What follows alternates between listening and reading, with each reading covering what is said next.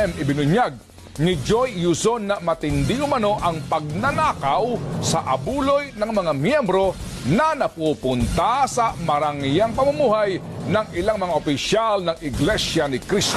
Hinihiling ko po sa inyo, tanggalin niyo po si John Santos at ang kasalukuyang sanggunian.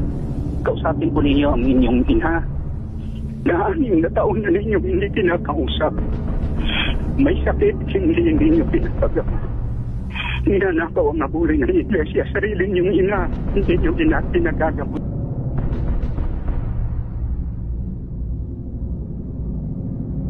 Nakahilera at paiba-iba ang mga luxury cars. Ang kanilang mga asawa ay mga signature, ang mga suot ng mga damit, mga bags na nagkakahalaga ng 30,000, 100,000, 500,000 bags pa lang. Ang mga ministrong ito ay pabalik-balik sa kung saan-saang bahagi ng daigdig para magbakasyon kasama ng buong pamilya. Doon po makikita na ninyo ang korupsyon. Sa panayam ng